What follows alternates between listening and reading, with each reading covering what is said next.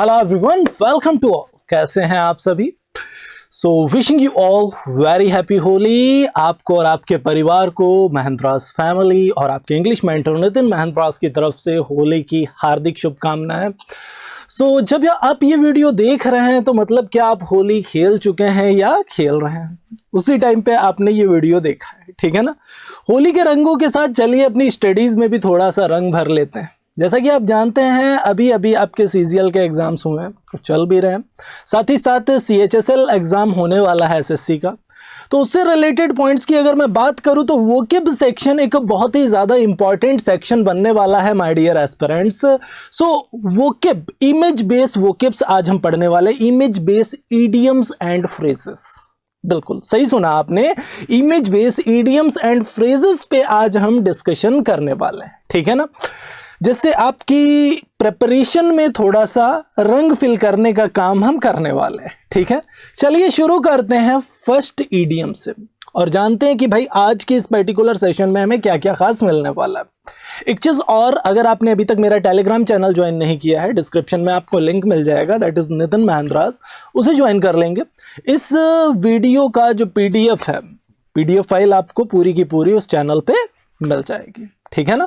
सो शुरू करते हैं फर्स्ट वोकेब के साथ। वैसे अंदर से क्या लग रहा है, मजा आने वाला है आज, बिल्कुल मजा आने वाला है सर। शुरू करते हैं फर्स्ट वोकेब से। देखिए फर्स्ट वोकेब क्या है हमारे सामने, देखिए एक बियर दिखाई दे रहा है जो बहुत ही भूखा है, तैयार है खाने के लिए, स्पून वगैरह लेके बिल्कुल तैयार बैठा हुआ है, ठीक है। एज हंग्री एज बियर, जैसे एज हंग्री एज बियर, ये पूरा इडियम है आपका। एज हंग्री एज बियर का मतलब क्या हो गया, एक्सट्रीमली हंग्री, बहुत ज्यादा जो हंग्री है उसको आप रिलेट कर सकते हैं एज हंग्री एज बियर, ठीक है ना। जैसे महमन at 2 plates of fried rice because he was as hungry as a bear. देखिए महमन ने, या राजेश, सुरेश, मुकेश, कोई भी फ्रेंड है आपका, किसी को भी रिलेट कर सकते हो यहाँ पे, ठीक है ना। उसने 2 प्लेट फ्राइड राइस का खा लिया, क्यों? क्योंकि वो बहुत ही ज्यादा भूखा था, ठीक है ना। तो एज हंग्री एज बियर को आप कैसे रिलेट कर सकते हैं, वेरी हंग्री से रिलेट कर सकते हैं माय डियर एस्पिरेंट्स। क्लियर हो गया। चलते हैं नेक्स्ट वर्ड पे और देखते हैं भाई अगला वर्ड हमसे क्या कहना चाहता है। बिल्कुल, cross to bear. Cross to bear का मतलब क्या होता है, सबसे पहले ये समझेंगे, अ प्रॉब्लम और issue that you have to deal with alone. कोई ऐसी प्रॉब्लम या कोई ऐसा इशू जिससे आपको खुद ही निपटना है। खुद ही निपटना मतलब आपके पास कोई सपोर्ट नहीं है उसके लिए, और अगर कोई सपोर्ट है भी तो वो ऐसी प्रॉब्लम है जिसमें आप उसको इन्वॉल्व नहीं कर सकते, ठीक है ना। जैसे आपका अगर कोई फ्रेंड है वो पेंटर है और किसी मशीनरी में कोई प्रॉब्लम आ गई तो पेंटर को आप उसके लिए तो इन्वॉल्व नहीं कर सकते ना, मतलब कि वहां पे रिसोर्सेज आपके पास नहीं है इतने कि आप किसी और को इन्वॉल्व कर सको या किसी चीज को और को इन्वॉल्व कर सको। आपको खुद ही उस प्रॉब्लम से निपटना है, that is cross to bear, ठीक है। अब यहां से अगर हम रिलेट करें, I wish Helen hadn't told me her big secret last week, it's a horrible cross to beer.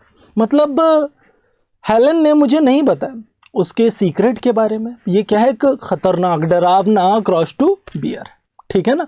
खुद अपने अंदर समेट के रखना किसी चीज को, या खुद ही सफर करना किसी चीज से, या किसी प्रॉब्लम से खुद ही डील करना, that is cross to bear. Is that clear?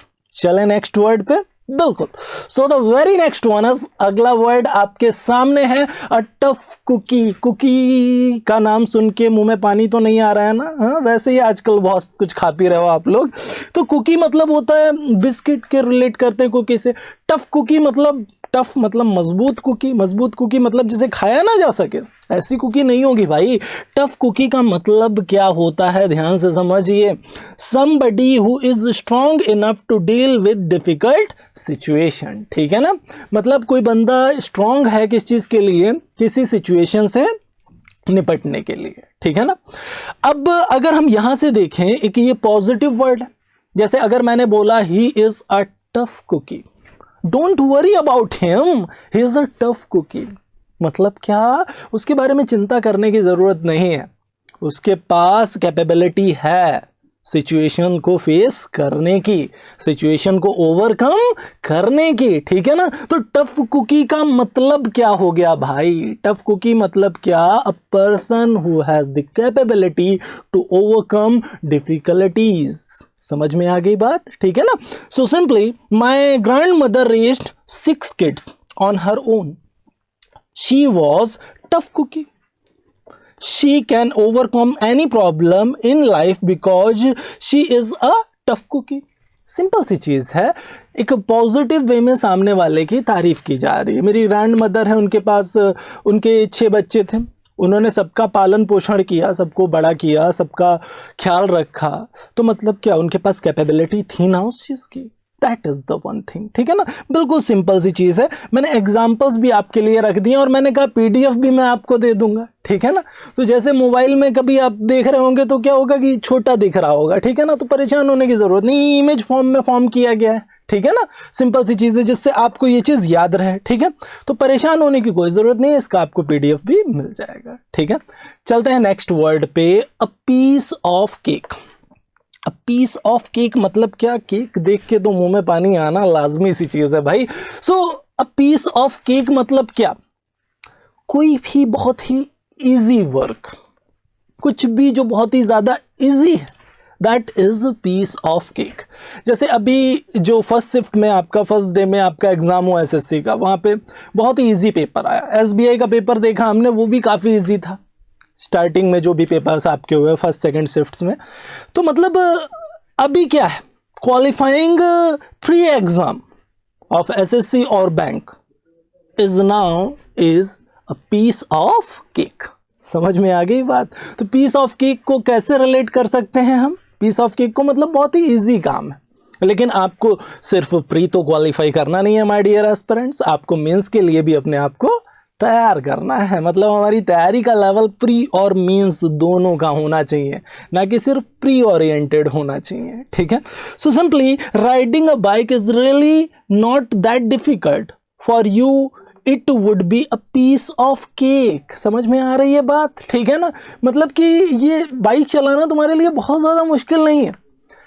For you it would be a piece of cake, तुम्हारे लिए बिल्कुल आसान काम है, पीस ऑफ केक नहीं है। बाइक चलाना कोई पीस ऑफ केक नहीं बन जाएगा, मतलब आसान काम है, कुछ ऐसा बोल रहा है सामने वाले से। जैसे किसी को बाइक ड्राइव करना नहीं आता, उसको मोटिवेट करते हुए ये स्टेटमेंट बोला जा रहा है। बाकी भी कुछ स्टेटमेंट्स मैंने यहाँ पे लिखे, आप यहाँ से भी रिलेट कर सकते हैं। जैसे most people think driving a piece of cake but it's actually quite difficult. देखिए उल्टी बात मैंने बोल दी तुरंत उसी की, ठीक है ना। सो पीस ऑफ केक मतलब क्या? पीस ऑफ केक मतलब आसान काम, ये जो बहुत ही आसान है, that is piece of cake. Solving this particular question is just like a piece of cake, that could be also, ठीक है।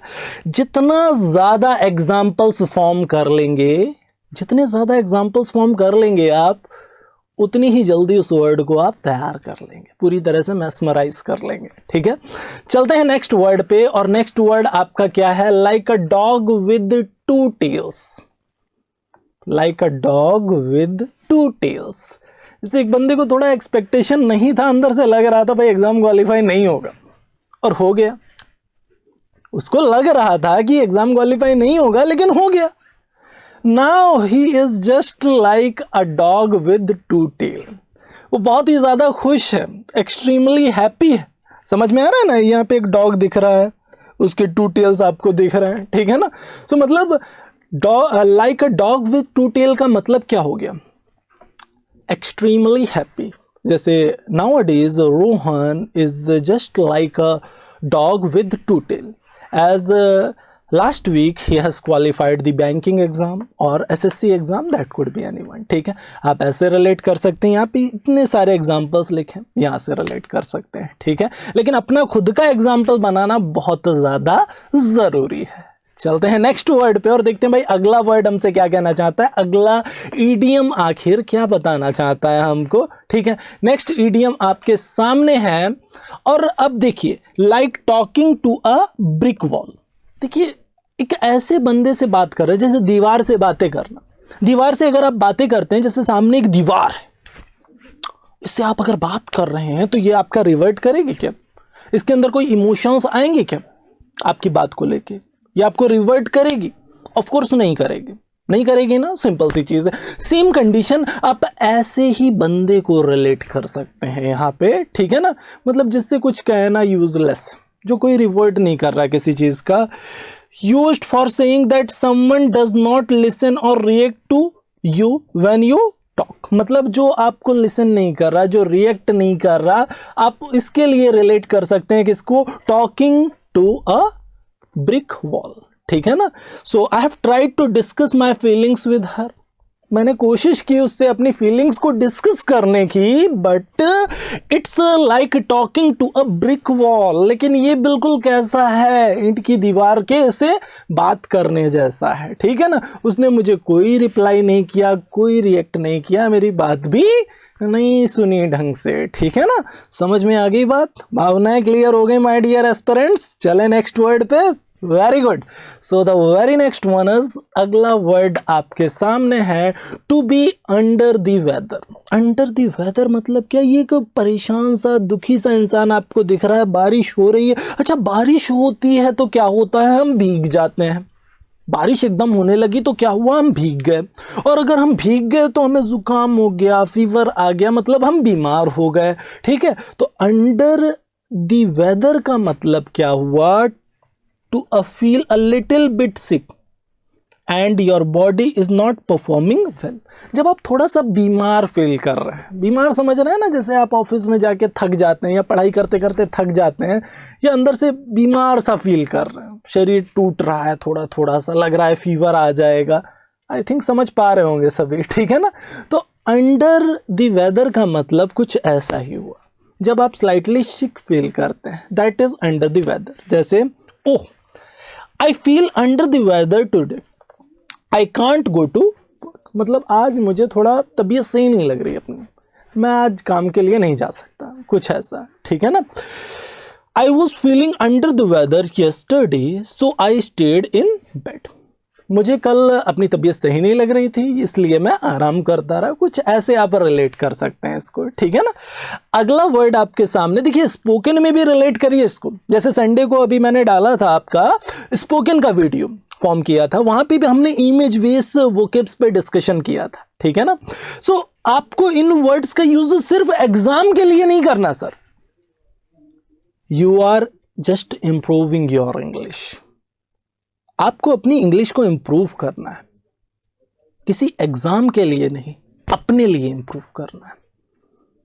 क्या इंपॉर्टेंस है इंग्लिश की आप जानते हैं ना, आपकी पर्टिकुलर लाइफ में क्या इंपॉर्टेंस है इंग्लिश की आपको पता है ना, ठीक है, सिंपल। तो आपको अपनी अगर फ्लुएंसी को मेंटेन करना है तो छोटे छोटे स्टेप्स लेने पड़ेंगे माय डियर एस्पिरेंट्स, ठीक है। अब यही एक छोटे छोटे स्टेप्स, हर इंसान महान काम नहीं कर सकता, लेकिन हर इंसान छोटे छोटे कामों को महान तरीके से जरूर कर सकता है। अब सोचिए इस चीज का मतलब क्या है। एक छोटा सा ये वर्ड मिला, इस वीडियो को हजारों लाखों लोग देखेंगे, लेकिन फॉलो कितने करेंगे? कितने लोग इसका यूज करना शुरू करेंगे? जो यूज करना शुरू करेंगे उनको रियल में इसका बेनिफिट मिल जाएगा। समझ आ रही है मेरी बात? चलते हैं नेक्स्ट वर्ड पे। सो the very next one is, okay, the word is your oyster. Word is your oyster मतलब क्या होता है भाई? उठो, आगे बढ़ो, उठो और आगे बढ़ो। The word is your oyster. तुम जो चाहो वो कर सकते हो, जहां चाहो वहां जा सकते हो, जो चाहो वो पा सकते हो। समझ में आ गई ना? That is world is your oyster, ठीक है ना। You can do what you want और go where you want. You can do what you want and go where you want. That is the word is your master. Clear हो गई बात? ठीक है ना। You are clever. देखिए ध्यान से समझिए कैसे इसका एग्जाम्पल फॉर्म हुआ। You are clever, young and healthy. The word is your master. तुम चालाक भी हो, यंग भी हो, हेल्दी भी हो, स्वस्थ भी हो। The word is your master. तुम जहां चाहे वहां जा सकते हो, जो चाहे वो कर सकते हो। That is word is your master. Is that clear? चले नेक्स्ट वर्ड पे। Very good. So the very next one is, अगला वर्ड आपके सामने क्या है? The squeaky wheel gets the grease. देखिए एक सेइंग है, कहावत है, स्क्वीकी का मतलब क्या होता है? चरमराना। जैसे कोई व्हील है जिसमें आवाज आ रही है अगर, तो उसको ग्रीस डाल के सही किया जाता है। प्रैक्टिकली समझ रहे हैं इस चीज को? हाँ, देखो मुंह फैला के चिल्ला रही है ये व्हील, ठीक है। अब द पर्सन हु कंप्लेन्स और protests the most gets the attention और सर्विस। जो बंदा कंप्लेन ज्यादा करता है, प्रोटेस्ट ज्यादा करता है, उसी को क्या मिलता है? अटेंशन मिलता है, उसी पे ध्यान दिया जाता है और उसी को सर्विस भी दी जाती है। दैट कुड बी वन, ठीक है ना। सो अब इसको आप सीधे सीधे रिलेट कर सकते हैं, जैसे कि प्रैक्टिकली समझिए कि एक बंदा लीडर है, मान लीजिए कुछ लोगों का लीडर है, कुछ गलत हो रहा है उनके साथ, उसको लीड कर रहा है। अब क्या हुआ, उसको एक बड़े ग्रुप ने क्या किया, कहा कि ठीक है तुम्हें मैं इतना पैसा दे दूंगा, ग्रुप को समझा दो अपने, ठीक है। तो अटेंशन किसको मिला? उस ग्रुप के लीडर को। अटेंशन किसको मिला? उस ग्रुप के लीडर को। सबको तो नहीं मिला, ठीक है। अब उसको अगर पैसा दे दिया और समझा दिया तो उनको पता है कि ये दूसरों को भी समझा देगा जाके, ठीक है ना। So a squeaky wheel gets the grease का मतलब क्या हो गया? द पर्सन हु कंप्लेन्स और protest the most gets the attention और सर्विस, ठीक है ना। अब देखिए, if you are not happy complain, after all the squeaky wheel gets the grease. समझ में आई बात? ठीक है, मतलब अगर आप खुश नहीं हो तो कंप्लेन करो भाई, शिकायत करो। After all the squeaky wheel gets the grease. जो कंप्लेन करता है, जो शिकायतें करता है, उसी को अटेंशन दिया जाता है। जो चुपचाप बैठता है उसके ऊपर कोई ध्यान भी नहीं देता, ठीक है ना। चलते हैं नेक्स्ट वर्ड पे, and the very next one is a couch potato. ये बहुत ही प्यारा वर्ड है, पहले भी एक बार आपको मैं बता चुका हूं। काउच पोटैटो मतलब जो देख रहे हैं ना इस इंसान को, ये बंदा आराम से बैठा हुआ है सोफे के ऊपर, पॉपकॉर्न लेके, और सामने मूवी देख रहा है बैठ के, ठीक है। वैसे टीवी नहीं दिख रही यहाँ पे, लेकिन ये पोज इसका कैसा है? काउच पोटैटो का है, ठीक है ना। somebody who is very lazy, एक इंसान जो बहुत ही लेजी है, and spends most of their time on the sofa watching TV, और जो अपना ज्यादातर टाइम सोफे पे बैठ के टीवी देखने में बिताता है, that is a couch potato. Is that clear? हाँ, अपने आप से रिलेट मत करना भाई, और अगर हो ऐसे तो सुधर जाओ, हाँ, क्योंकि हम अगर टाइम को खत्म करेंगे तो टाइम हमें खत्म कर देगा, हाँ। Okay, so I don't mind being a couch potato. तो कोई टेंशन नहीं है काउच पोटैटो बनने में। Sometimes it's good to chill out and watch TV for hours. जैसे अभी छुट्टी चल रही है, ज़्यादातर एस्पिरेंट्स का क्या है, जो पढ़ाई कर रहे थे बाहर वो भी छुट्टी पे है, जो जॉब कर रहे थे वो भी छुट्टी पे है, ठीक है ना। मतलब क्या कुछ टाइम ऐसा भी होता है जब हम लीजर के साथ में, फ्री के साथ में, आलसी होना भी पॉजिटिव होता है कभी कभी, कभी कभी, हमेशा नहीं। कभी कभी अगर आप आलसी है, जैसे त्योहार चल रहा है, सब लोग साथ में हैं, आप आराम से दूसरों के साथ में इन्वॉल्व हैं, आराम से आराम कर रहे हैं, ठीक है, that is a good thing, ठीक है ना। लेकिन अगर हमेशा आपने उसको रूटीन बना लिया अपना, तो फिर ये बहुत ही डेंजरस है लाइफ के लिए, ठीक है ना। चलते हैं नेक्स्ट वर्ड पे, and the very next one is, I think आप समझ गए होंगे इस वर्ड को। समझ गए तो एक बार बता देंगे सर, और लाइक और शेयर करते चलेंगे सर, ज़्यादा से ज़्यादा लोगों तक इन चीज़ों को पहुंचाते चलेंगे, ठीक है। So the very next one is have get itchy feet. Have get itchy feet का मतलब क्या होता है कि हैव भी हो सकता है और गेट भी हो सकता है, हैव और गेट। हैव इची फीट बोलेंगे या गेट इची फीट बोलेंगे, इस चीज को सबसे अच्छे से दिमाग में रखिएगा सबसे पहले। अब अगर मैं इन दोनों वर्ड्स को देखूं, इन दोनों फ्रेजेस को देखूं, तो यहां से रिलेट क्या कर पा रहे हैं हम? Have get the desire to move from place to place और ट्रेवल ऑफन, मतलब जो हमेशा ट्रेवल करते रहना चाहता है, घूमना फिरना चाहता है। देखो ये वर्ड का मैप लगा हुआ है यहाँ पे, इसके ऊपर दो पैर रखे हुए हैं और उस पर लिखा है ट्रेवल। समझ आ रही है बात? जो पूरी दुनिया घूमना चाहता है, जिसका पैर एक जगह पे नहीं रुकता, वो चाहता है इधर भी जाऊं, उधर भी जाऊं, उधर भी जाऊं, पूरी दुनिया घूम लूं मैं, ठीक है ना। सो अब देखिए इस वर्ड को, I think I have itchy feet. मुझे लगता है मेरे अंदर इच्छा है पूरी दुनिया को घूमने की, हाँ। I really want to leave my country and see more of the world. मैं सच में अपनी कंट्री छोड़ के पूरे वर्ल्ड को भी देखना चाहता हूं। ठीक है ना, क्लियर हुई बात? ओके, चलते हैं नेक्स्ट वर्ड पे and the very next one is, अगला वर्ड आपके सामने है put a sock in it. क्या देख रहा है? शॉक को पुट कर लो माउथ में। मतलब क्या? Be quiet and stop talking. जैसे कोई बंदा बहुत ही ज्यादा बात कर रहा है, गैरोलस टाइप का। गैरोलस मीन्स क्या होता है? बातूनी। गैरोलस मीन्स क्या होता है? बातूनी। लोकेशियस भी बोलते हैं इसको। तो मतलब बहुत ज्यादा जो बात कर रहा है, आपने बोला put a sock in it, मतलब चुप हो जाओ भाई, शांत हो जाओ, अब बोलना बंद करो, बहुत बातें हो गई। ठीक है ना? So seriously John, I am tired of listening to you. Seriously John, मैं बहुत ही ज्यादा थक चुका हूं तुम्हारी बातें सुन सुन के। ठीक है ना? Put a sock in it, चुप हो जाओ, शांत हो जाओ, अब आगे मत बोलना कुछ भी, कुछ ऐसा। क्लियर हुई बात? ओके, चलते हैं नेक्स्ट वर्ड पे and the very next one is, अब कुछ और भी है, मैंने 3-4 स्टेटमेंट्स आपके लिए लिखे हैं वैसे यहाँ पे। For the last time put a sock in it, you are so annoying. ठीक है ना? मतलब लास्ट टाइम तुम बहुत ही ज्यादा चिल्ला रहे थे, तो चुप रहना पूरी तरह से। ठीक है ना? सो the very next one is, अगला वर्ड आपके सामने है from the word go. From the word गो का मतलब क्या होता है? फ्रॉम द स्टार्टिंग पॉइंट, मतलब किसी चीज की शुरुआत से ही। I was liking you, from the word go. हाँ, अब देखिए, from the start of something, किसी चीज की शुरुआत से ही कुछ कंडीशन होना, जैसे पॉजिटिव भी हो सकता है और नेगेटिव भी हो सकता है। ठीक है ना? जैसे honestly I don't like my boss. Honestly I don't like my boss from the word गो। मतलब ईमानदारी से अगर मैं बोलूँ ना भाई, तो मुझे अपना बॉस शुरुआत से ही नहीं पसंद है। ऐसा कोई बंदा किसी से बोल रहा है। ठीक है ना? समझ आई बात? Yes, okay okay.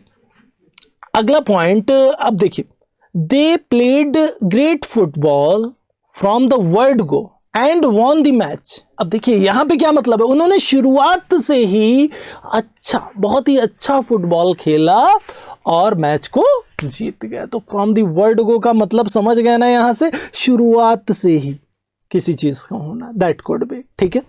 That could B positive और negative, that could B positive और नेगेटिव। चलते हैं नेक्स्ट वर्ड पे and the very next one is, अगला वर्ड आपके सामने है और आपको दिख क्या रहा है? एक पॉकेट दिख रही है जिसमें पैसे भरे जा रहे हैं, लेकिन पॉकेट ज्यादा भर गई है, इसलिए ये पैसे बाहर निकलना शुरू हो गए हैं। इतने ज्यादा पैसे भरे जा रहे हैं पॉकेट में, मतलब ये पॉजिटिव है या नेगेटिव है?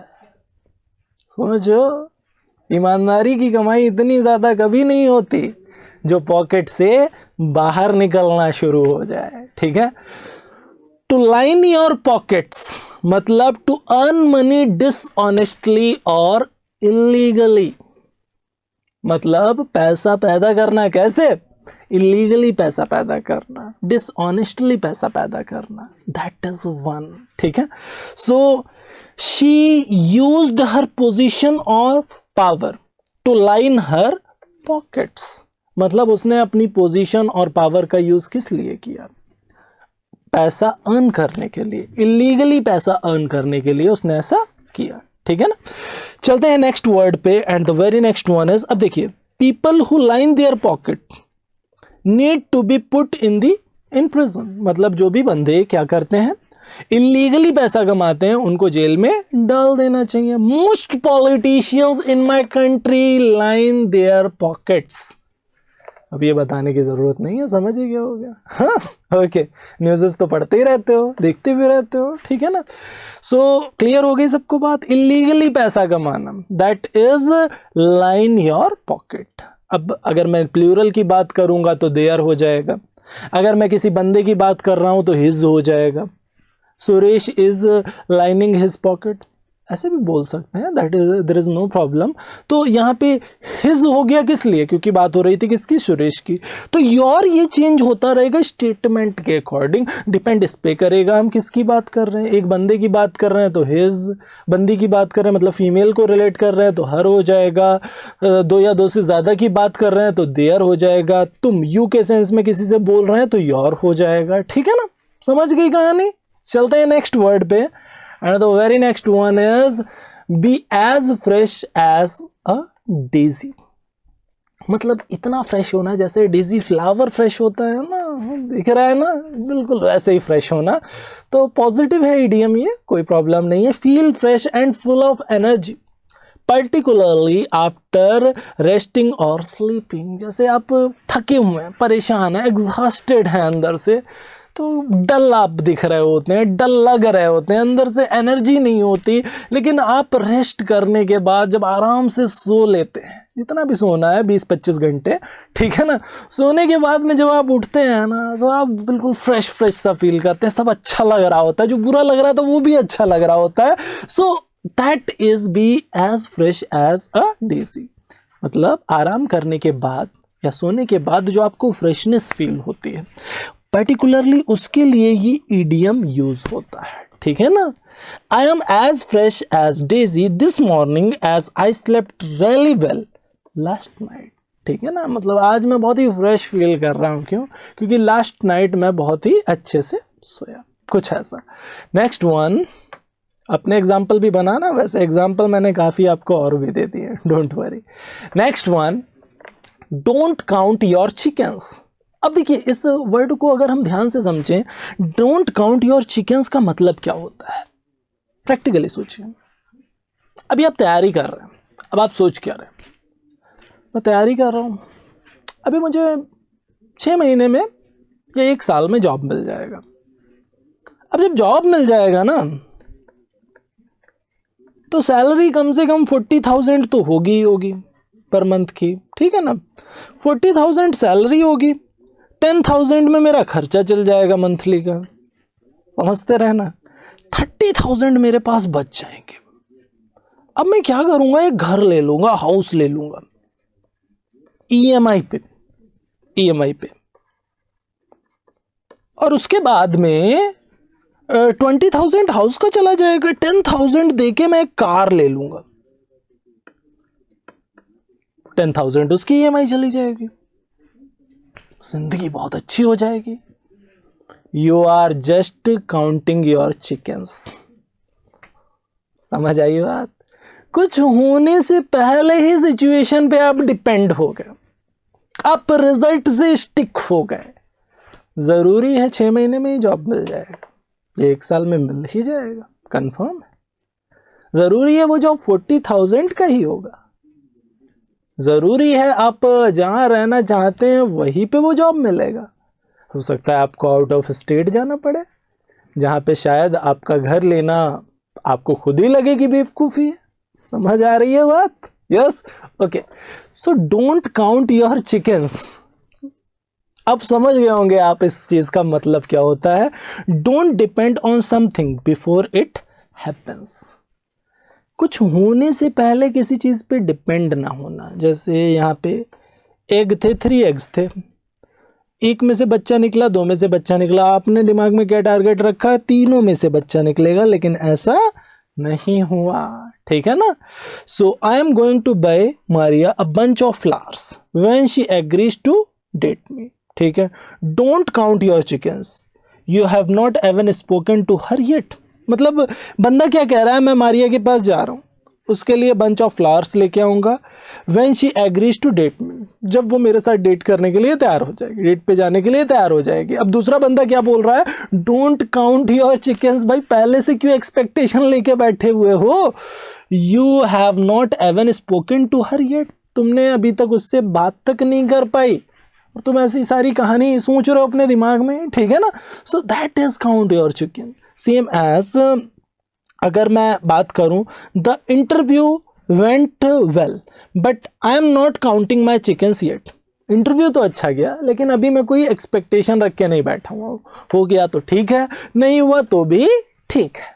ठीक है, चलते हैं नेक्स्ट वर्ड पे, and the very next one is okay.